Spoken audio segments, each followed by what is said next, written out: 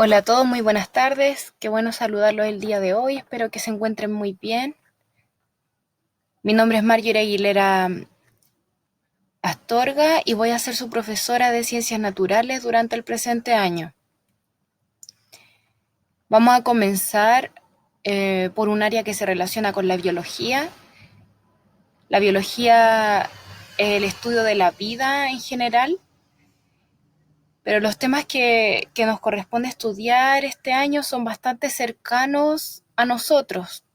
Tienen que ver con nuestro propio funcionamiento, lo cual puede ser de utilidad al momento de, de entender y de aprender este nuevo contenido.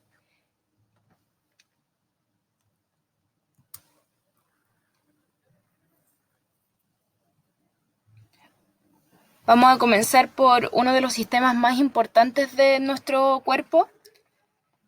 Nosotros tenemos un conjunto de sistemas que funcionan, que se coordinan para poder mantenernos funcionando correctamente, para poder permitirnos realizar todas nuestras actividades.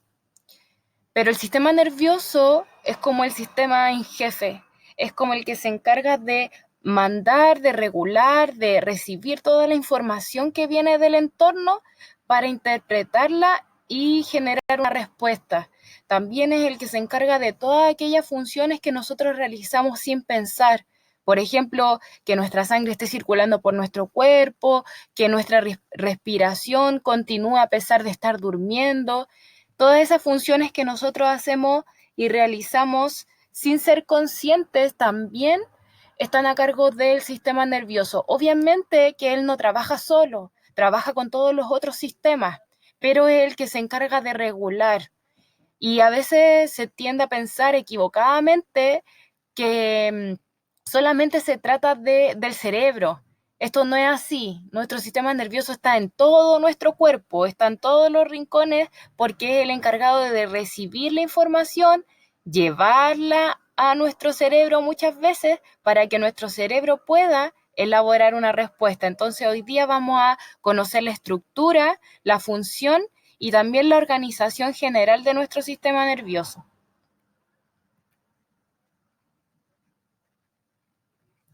Si ustedes pueden ver ahí en ese texto, hay estudios que dicen que basta con tener la primera y la última letra de las palabras para poder saber o para poder leer el texto que se nos está presentando. Los voy a invitar a que después con calma o en este momento detengan el video y lo puedan tratar de leer para que se den cuenta que a pesar de que está todo desordenado, a pesar de que las letras no están en el orden correcto, uno de todas maneras, el cerebro es capaz de interpretarlo debido a que nuestro cerebro está acostumbrado a ver palabras y descifrar el significado que estas palabras tienen para nosotros.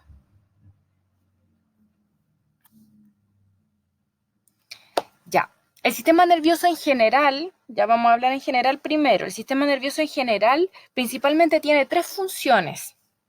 Dentro de estas tres funciones, la primera es sensitiva. Vamos a tener también una función integradora y una función motora. Vamos a ver cada una en detalle. Primero, la función sensitiva. En la función sensitiva, nosotros o nuestro sistema nervioso es capaz de captar información del entorno por medio de nuestros sentidos. Nosotros tenemos nuestros sentidos, el olfato, la audición, el tacto, el gusto, ya nosotros tenemos nuestros sentidos que están constantemente, aunque nosotros no lo queramos, entregándonos información. Puede ser que yo no quiera sentir un olor, pero no voy a poder decirle a mi nariz, no nariz, ahora sí trabaja, ahora no. No, nuestros sentidos todo el tiempo están recibiendo la información del entorno. Por eso es muy importante, primero, la función sensitiva. Si yo no recibo la información del entorno, no voy a poder interpretar esa información. ¿Y a qué me refiero con interpretar esa información? A, por ejemplo, hablando del mismo ejemplo de la nariz, si yo siento un olor, yo logro identificar ese olor y puede ser que ese olor me entregue información que puede ser útil para mi vida. Por ejemplo, si yo siento olor a quemado, o también el llamado olor a gas, que es el olor que se siente cuando podemos dejar la manilla de la cocina abierta. Si yo siento ese olor, se despierta una alerta en mí que ocasiona una respuesta frente a esa situación. Dentro de esta función sensitiva son muy importantes los tipos de receptores sensoriales. Los tipos de receptores van a depender del estímulo, el nombre que este receptor tiene. Nosotros vamos a tener que el receptor para el estímulo de la luz se va a llamar fotorreceptor. Foto significa luz. Y estos receptores de luz principalmente se van a encontrar en nuestros ojos. Ya nosotros no distinguimos si está claro o si está oscuro por medio de nuestra piel, distinguimos si está claro o si está oscuro por medio de nuestros ojos. Entonces esto resulta fácil y simple de aprender porque tiene que ver con lo que nuestro cuerpo hace. El mecanorreceptor tiene que ver con la presión y la presión principalmente la sentimos en nuestra piel. Ya si nosotros tenemos algún peso, no sé, cayó algo pesado sobre mi brazo, mi piel es la que va a tener los receptores para esa presión que yo estoy sintiendo en ese momento y esa señal se va a mandar a mi cerebro para que mi cerebro reaccione frente a esa situación. Los quimioreceptores tienen receptores para el estímulo de sustancia química. Y aquí principalmente tenemos los olores y los sabores. Los olores son sustancias químicas que están en el aire y los sabores son sustancias químicas que están en los alimentos, en lo que nosotros estemos ingiriendo. Entonces los quimioreceptores se encuentran principalmente en la boca y la nariz. Los termorreceptores son receptores para la temperatura, para identificar si hace calor o frío. Y estos receptores también están en la piel. Nosotros también tenemos que, como para mantener nuestra seguridad, para mantener nuestro buen funcionamiento, tenemos que elaborar respuestas frente a los cambios de temperatura. No puedo yo, por ejemplo, andar vestida de la misma manera en verano que en invierno. ¿Y quién me entrega esta información? El termorreceptor es el que capta esta información para que mi cerebro diga, hoy día no puedo andar con short y polera manga corta. Hoy día tengo que ponerme una chaqueta y una bufanda porque hoy día hace frío. ¿Ya? Esa es la respuesta que elabora el cerebro después de que el termorreceptor le indicó que hace frío este día. Los nociceptores son aquellos que captan el dolor.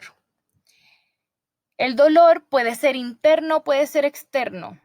Ya también nosotros podemos sentir dolores en nuestro estómago, por ejemplo. Por eso los nociceptores están presentes en los órganos y la piel. Vamos a la segunda función, que es la función integradora. La función integradora, ustedes tienen que tener claro que las tres funciones actúan juntas. Ya las tres funciones no actúan por separado. No me sirve de nada solamente recibir los estímulos si no voy a elaborar una respuesta para esos estímulos. ¿Ya? Así que es súper importante que tengan claro que las tres funciones van juntas. La función integradora es aquella que analiza la información proveniente de los estímulos, o sea, aquella que analiza la información que viene del entorno, que viene del medio, viene de lo que nos rodea, ya sea luz, olor, dolor. Toda esta información tiene que llevarse, por eso ahí sale una imagen donde se ve que es como que nos estuviéramos pinchando un dedo. Ese dolor tiene que llegar la información a mi cerebro. Se analiza ese estímulo y después nosotros vamos a poder tener una respuesta. ¿Ya? La función motora es la que entrega una respuesta frente a ese estímulo. Son los músculos los que se mueven, el esqueleto el que se mueve, puede haber liberación de hormonas dependiendo de cuál sea el estímulo. Por ejemplo, si yo me enfrento a una situación de miedo a una situación en la cual yo me siento en peligro, se liberan hormonas que nos preparan para responder frente a esa situación de peligro.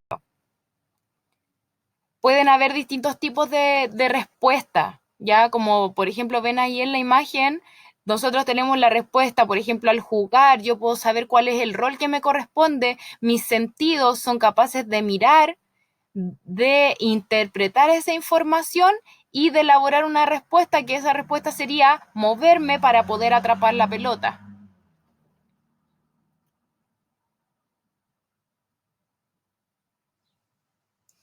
Muy importante, ¿qué tipo de célula forma el sistema nervioso? Primero tenemos que tener claro que todo nuestro cuerpo está formado por células, pero no todas las células son iguales. Si todas fueran iguales, no tendríamos distintos órganos, no tendríamos distintas estructuras. Cada célula se va a diferenciar de acuerdo a la función que cumpla. Y el nombre que recibe la principal célula que forma el sistema nervioso es la neurona. Y ahí tenemos una imagen de la neurona donde podemos ver sus partes, donde podemos ver su estructura. Se distinguen principalmente tres partes. Tenemos el cuerpo celular o soma, se puede llamar de ambas maneras. Vamos a tratar de decir los distintos nombres que tiene o que puede llegar a tener cada estructura para que no piensen que son cosas diferentes. El cuerpo celular o soma es aquel que contiene el núcleo de la célula. Tenemos prolongaciones de este cuerpo celular o soma que son muy importantes, se llaman dendritas, que son como ramitas, ya son como ramificaciones del cuerpo de la célula para poder facilitar la conexión entre una neurona y otra. Nosotros necesitamos que las neuronas se conecten. Si ustedes se fijan, en ambos extremos la neurona tiene ramificaciones para facilitar que se conecte una neurona con otra para poder transmitir el impulso nervioso. Ya vamos a llamar impulso nervioso a esta información que yo quiero que llegue desde los receptores para poder ir al cerebro y elaborar una respuesta. Ya puede ser al cerebro o también puede ser a la médula espinal. Vamos a ver la estructura del sistema nervioso más adelante. Entonces, emociones que es nervioso es el que está haciendo un camino. Ya yo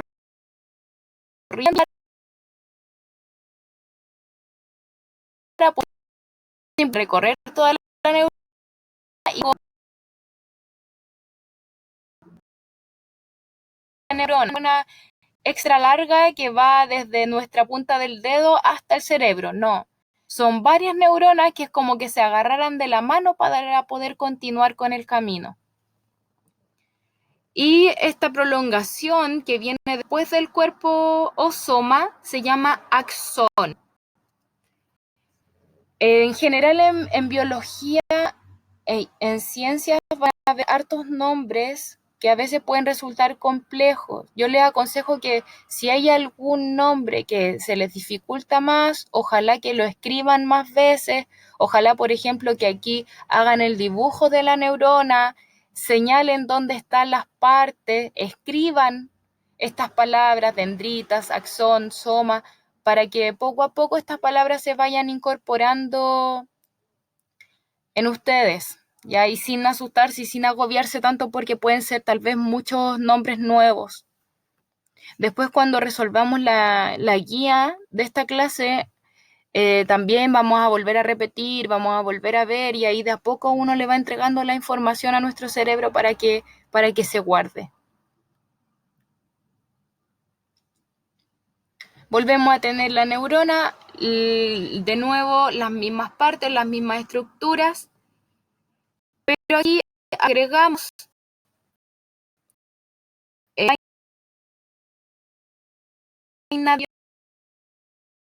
porque la vaina de mielina recubre el axón. Fíjense que es como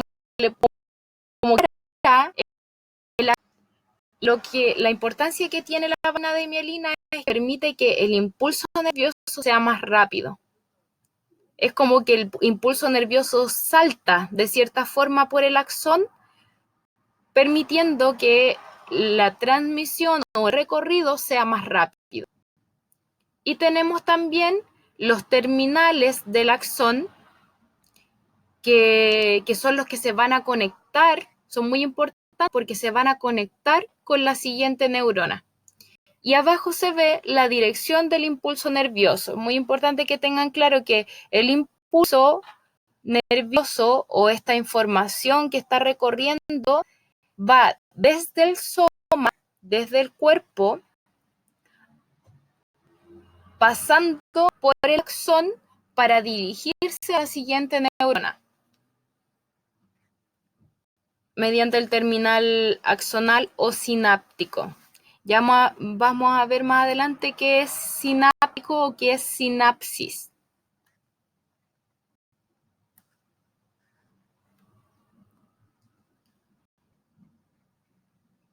Estructura de la neurona más detalladamente. Ven que vamos repitiendo nuevamente los nombres, los vamos a decir varias veces para que se vayan guardando en nuestra memoria. Ahí tenemos una imagen real abajo, una imagen real al microscopio. De una neurona se ve el núcleo. Obviamente que lo que nosotros vemos en los dibujos no es igual como se ve en la realidad. Los dibujos son simplemente esquemas, modelos para que lo podamos entender con mayor facilidad. Este soma o cuerpo neuronal contiene muchas estructuras que ustedes recordarán. En primero medio se ven las estructuras de la célula. Todas estas estructuras de la célula están en el cuerpo. Nosotros no nos vamos a detener en eso porque no es lo que nos interesa aprender ahora, pero es importante que tengan claro que todo el funcionamiento de la célula, para mantenerse viva está en el cuerpo o soma. Lo importante es que en este sector, en esta parte de la neurona, se producen los neurotransmisores. Y los neurotransmisores son proteínas, ya son proteínas que son muy, muy importantes porque son aquellas que van a permitir en la mayoría de los casos comunicar una neurona con otra. Ya lo vamos a ver adelante también y les va a quedar mucho más claro. Por mientras tienen que quedarse con la idea de que los neurotransmisores son proteínas y que son producidas en este sector de la neurona, en el soma o cuerpo neuronal. Y está subrayado ahí. También márquenlo, subrayenlo, pónganlo ahí con color en sus cuadernos. El más común y el más importante también, lo mismo porque es el más común, el que más se utiliza, se llama acetilcolina. Puede sonar un poco extraño, pero sí, los nombres de los neurotransmisores son así. El más común es la acetilcolina. Vamos a las dendritas. Las dendritas son prolongaciones, son como ramificaciones que ayudan a prolongar, a proyectar el cuerpo de la neurona soma para poder recibir la información que viene de la otra neurona. Por eso dice, incrementa superficie de recepción sináptica. Nos permite recibir más fácilmente la información o este impulso nervioso que viene de la otra neurona. Reciben las señales desde otras neuronas o células. Y lleva los impulsos hacia el soma para poder continuar con la conducción de este impulso nervioso. Se recibe en las dendritas lo llevan al soma y luego continúa su recorrido por el axón. Y por último, el axón. El axón, recuerden que está rodeado por la vaina de mielina. Muy importante porque después vamos a ver una enfermedad también con esto va a haber una enfermedad que tiene que ver con el daño a la vaina de mielina. En general es solamente un axón en la neurona y la función principal, muy importante, también ahí se los coloqué en negrita, muy importante es conducir impulsos desde el soma hacia el terminal sináptico. Terminal sináptico son estas ramificaciones que están al final del axón, llevándolo así hacia la otra neurona. Entonces su función principal es comunica los dos extremos de la neurona y lo trata de hacer lo más rápido posible. Piensen que la respuesta de nuestro sistema nervioso tiene que ser rápida.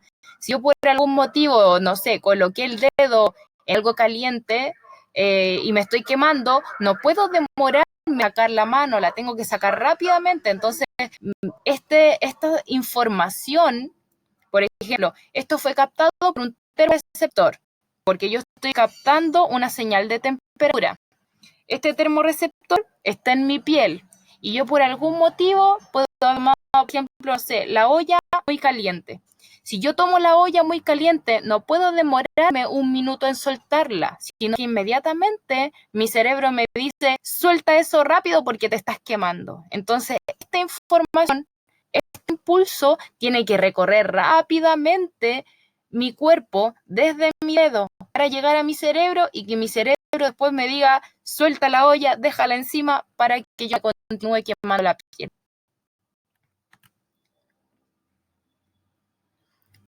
Como les decía, muchas veces el axón, ahí tenemos una imagen de cómo se vería el axón si lo cortáramos.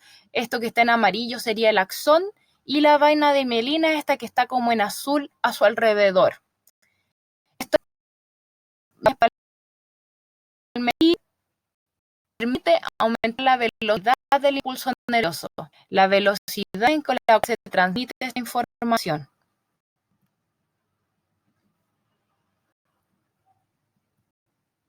Ya, esto puede darles un poco de susto, un poco de miedo, a mí también me lo daría, porque son muchos nombres, muchas palabras, muchas cosas, pero ustedes no tienen que saber todo esto, ¿ya?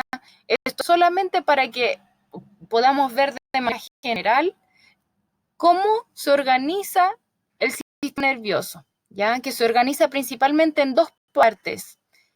El sistema nervioso central, que es en el que nos vamos a concentrar hoy día, sistema nervioso central, y sistema nervioso periférico. Ya hemos hablado del sistema nervioso central nosotros. Tenemos dos principales partes, el encéfalo y la médula espinal. Este encéfalo tiene a nuestro cerebro, que es el que más nombramos y el que en general uno más conoce. Y la médula espinal, que va por dentro de la columna vertebral. Lo que tienen que saber del sistema nervioso periférico es que son todos los nervios, todas las conexiones de neuronas que hay en todo el resto de nuestro cuerpo, todas las conexiones neuronales que hay en nuestras piernas, en nuestros brazos, en nuestros órganos, todas esas conexiones son parte del sistema nervioso periférico. Ya eso creo que tengan claro. Tenemos el cerebro y la médula espinal que están dentro de nuestro cráneo, dentro de nuestra columna y hacia afuera, por decirlo de la manera, hacia nuestros brazos, hacia nuestras piernas, hay muchos nervios, hay muchas neuronas que se conectan y todas estas neuronas que se conectan hacia nuestros brazos y hacia nuestras piernas forman parte de nuestro sistema nervioso periférico. Pero sin asustarse tanto, porque si bien son varios nombres, no tienen que saberse todo lo que estaba en ese esquema. Ya solamente eso es para que tengamos la idea de qué se trata. Sistema nervioso central. Ven aquí en esta imagen, también podemos ver la presencia de ambos, sistema nervioso central y sistema periférico. Se representa en amarillo los nervios que recorren todo nuestro cuerpo, todos lados. No es solo nuestro cerebro. Ya se piensa equivocadamente que es solamente así, que es la estructura más grande y es también la más compleja. pero nuestro sistema nervioso está en todos lados, hasta la punta de nuestros dedos de los pies y de las manos. El sistema nervioso central está compuesto por dos partes, entonces, sí lo tenemos que saber, encéfalo y médula espinal. Encéfalo y médula espinal. El encéfalo está compuesto de tres estructuras. El cerebro es la estructura más grande, se la imagen acá al lado derecho. El cerebro, el tallo o tronco encefálico, está por debajo del cerebro. Y el cerebelo, que está por debajo también, hacia atrás.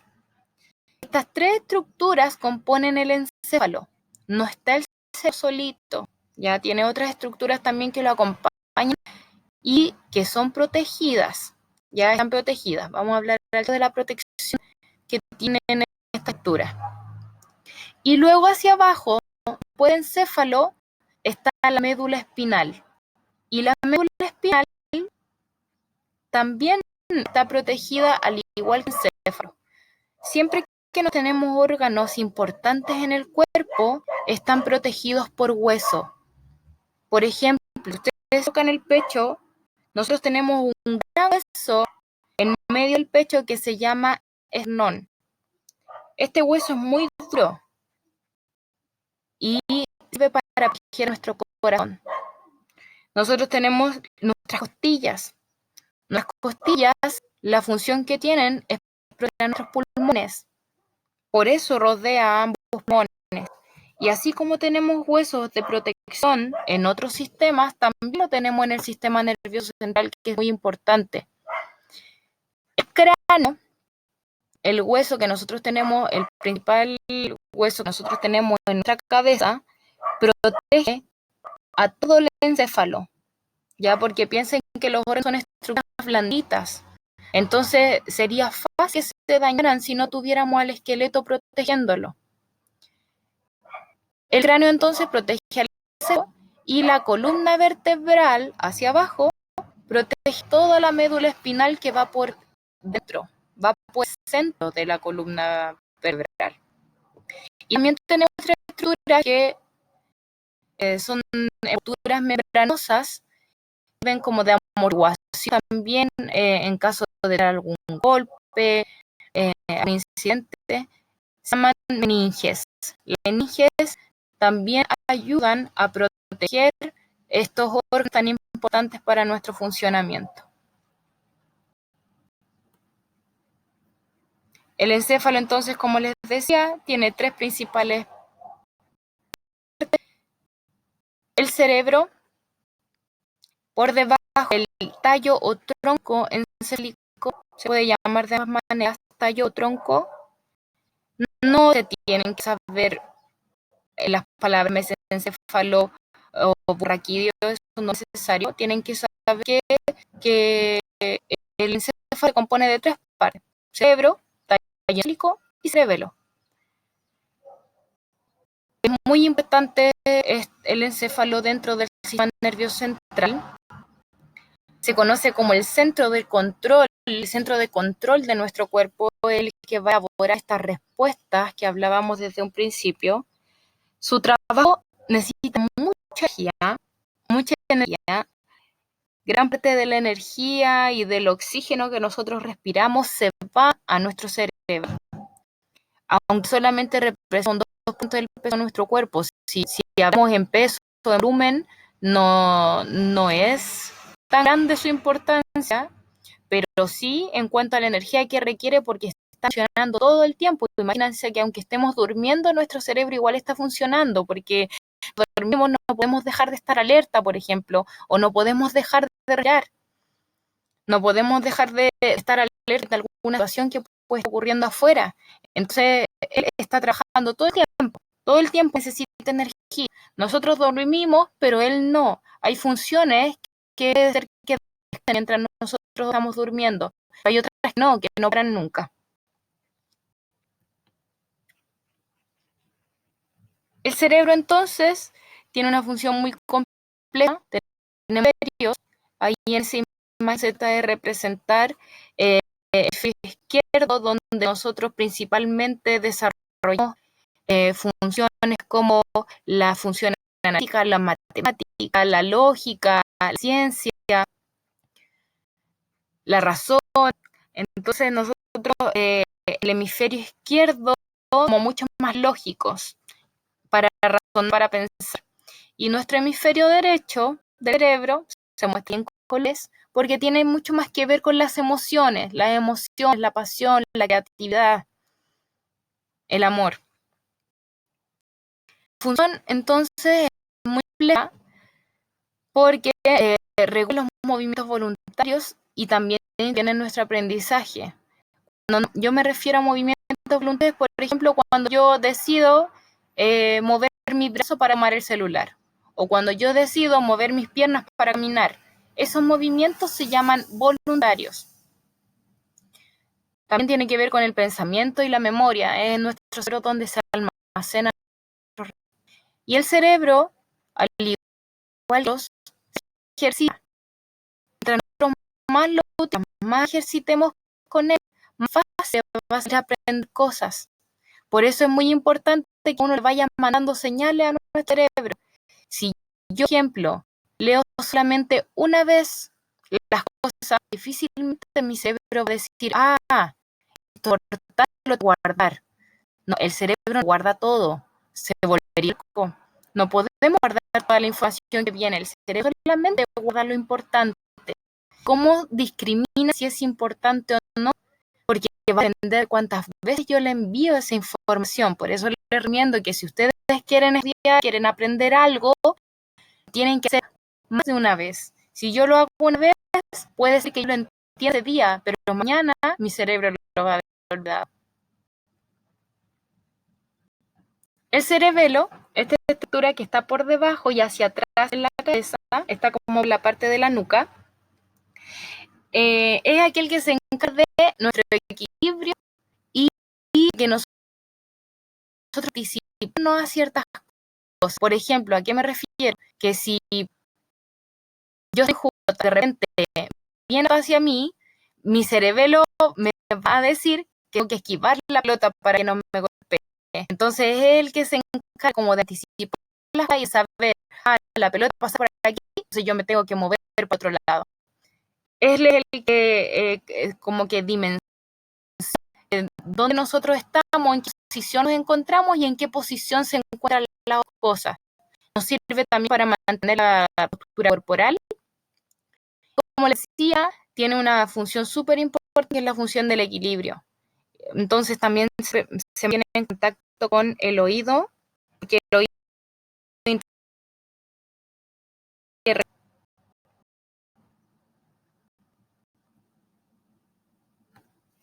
la médula espinal. La médula espinal, ya dijimos, va por el interior de la columna vertebral. Es aquella que conecta de alguna manera nuestro encéfalo, la información que está arriba en nuestra cabeza, con el resto del cuerpo, ¿ya? Ella lo lleva hacia abajo. Comienza entonces en el final del tronco encefálico y, como les decía, es la comunicación entre el encéfalo y el resto del cuerpo. Conduce los impulsos nerviosos hacia un lado y hacia el otro. ¿A qué refiero con esto? Que es quien lleva la información desde los receptores hacia el cerebro y la información hacia el cerebro o hacia el encéfalo. Y esta información que el encéfalo entrega y se tiene que ir de vuelta, también pasa por la médula espinal. Entonces es como el camino obligatorio. Obligatoriamente, todos los impulsos tienen que pasar por ella. Participa en las respuestas reflejas también. Estas respuestas reflejas son respuestas rápidas,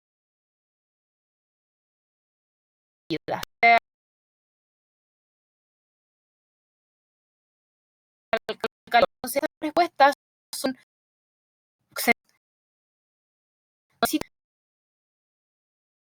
por reflejo.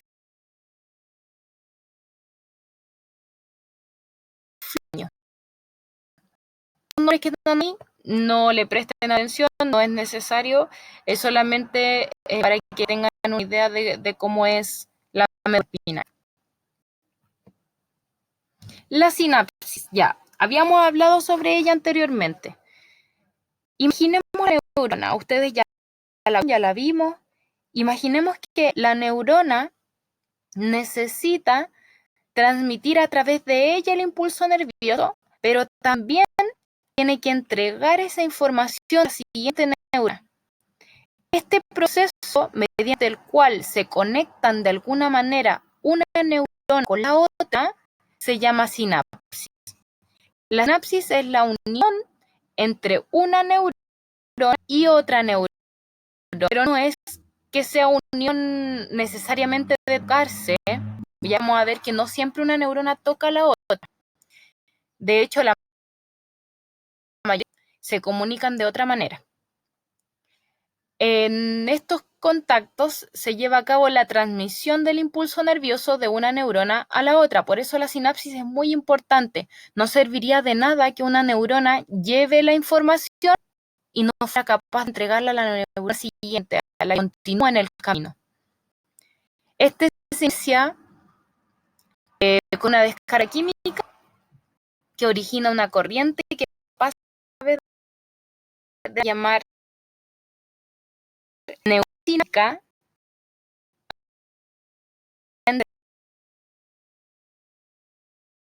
ya una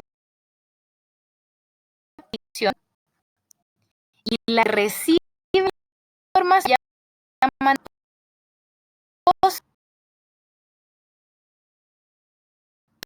entonces cinética entrega del nerviona y existen dos tipos, la sinapsis eléctrica y la sinapsis química, pero nosotros vamos a ver solamente la más de todas. Un poco nuestro cuerpo. La química es la más común, así que nos vamos a concentrar en ella hoy día. La sinapsis química, para que se produzca, tiene que haber un espacio entre una neurona y otra. No es necesario que sepan no. Ustedes que saben que va a haber un espacio que separa a una tiene que mediante los neurotransmisores se pueda entregar la información. Vamos a ver una imagen y les va a dar más claro todo esto. Tenemos una neurona, hay un espacio, luego está la otra neurona. Este espacio se llama hendidura sináptica. Y muy importante, química, dirección. El axón entrega la información a la siguiente neurona y luego va de neurona siempre desde la neurona previa a la postsináptica. Ya, mire, las neuronas se pueden conectar de distintas maneras.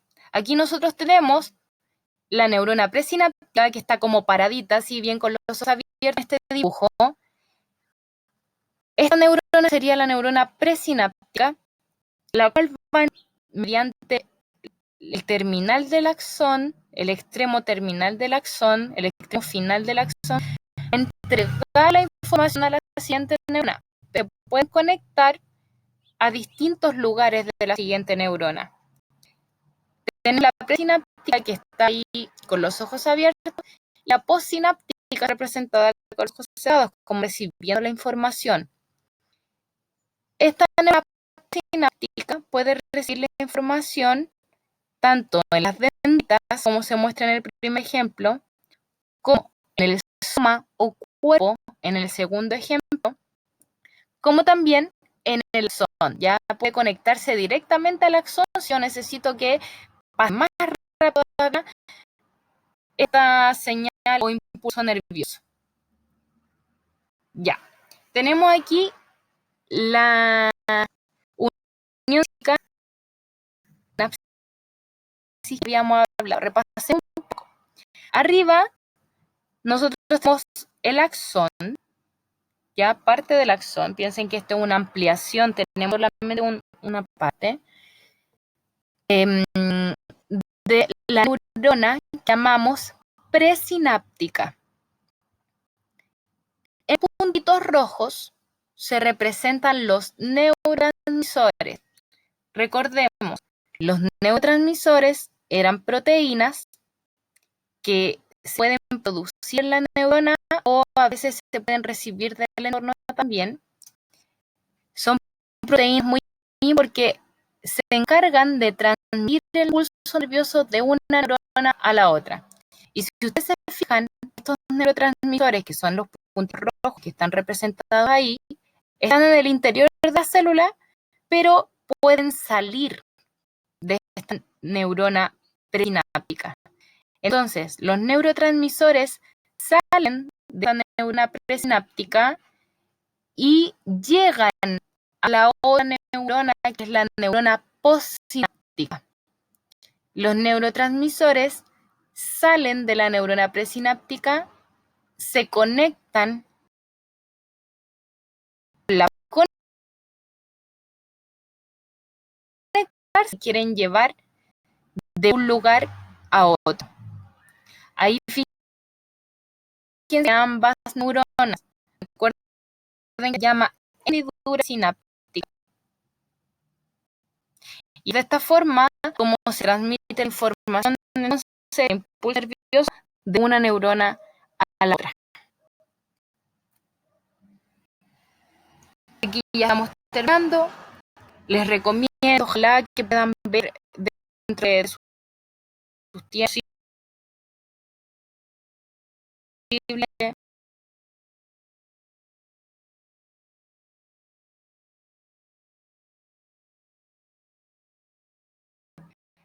se dediquen exclusivamente a estar viendo y escuchando. También pueden que buscar imágenes que lo podemos hacer región o resolución del ambiente y en todo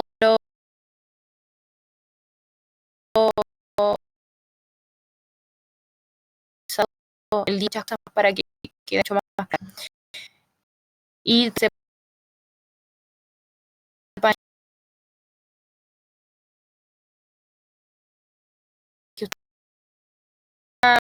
una enfermedad también puede llamar a todos los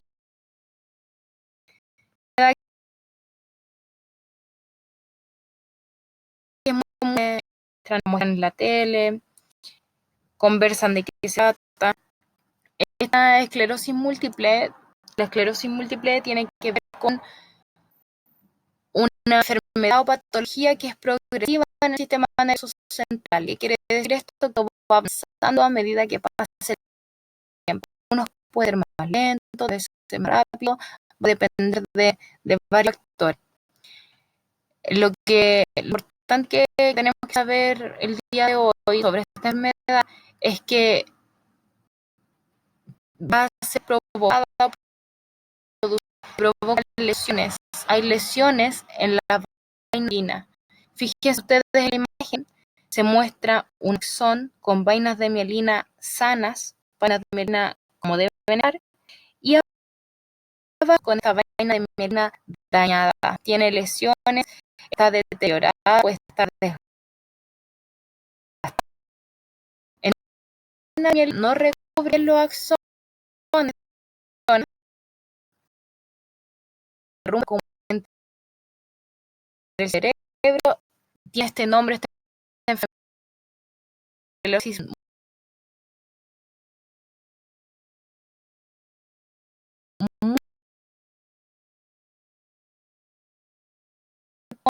todo el sistema motor, está movimiento, empieza a costar realizar actividades que son cotidianas debido a que no existe buena comunicación entre el cerebro y el cuerpo, entre el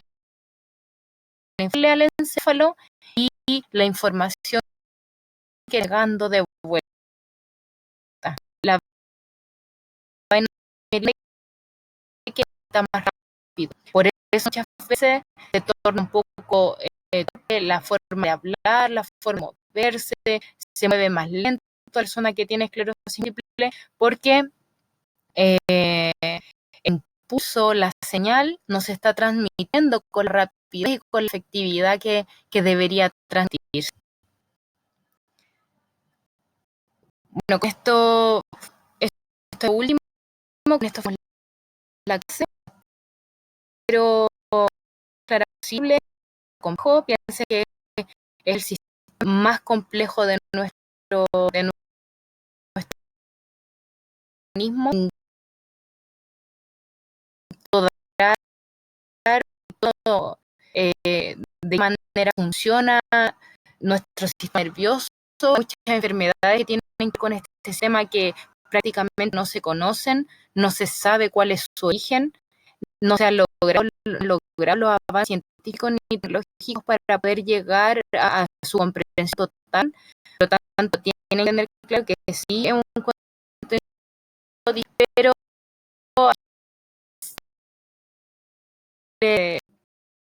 y ojalá, como les decía, apuntes aquellas palabras que son difíciles escribirlas más de una vez y también hacer dibujos. Los dibujos en biología ayudan mucho. Si pueden, obviamente, sentir que hay algunas personas que tienen habilidades para el dibujo, otras que no, pero tampoco se trata de una serie de arte, así que si no quedan tan buenos, tampoco importa. No importa que eso les ayude a guardar esta información en su cerebro y a comprenderla mucho mejor. Me despido, espero que entren muy bien. Un abrazo a todos ustedes y nos escuchamos en la próxima.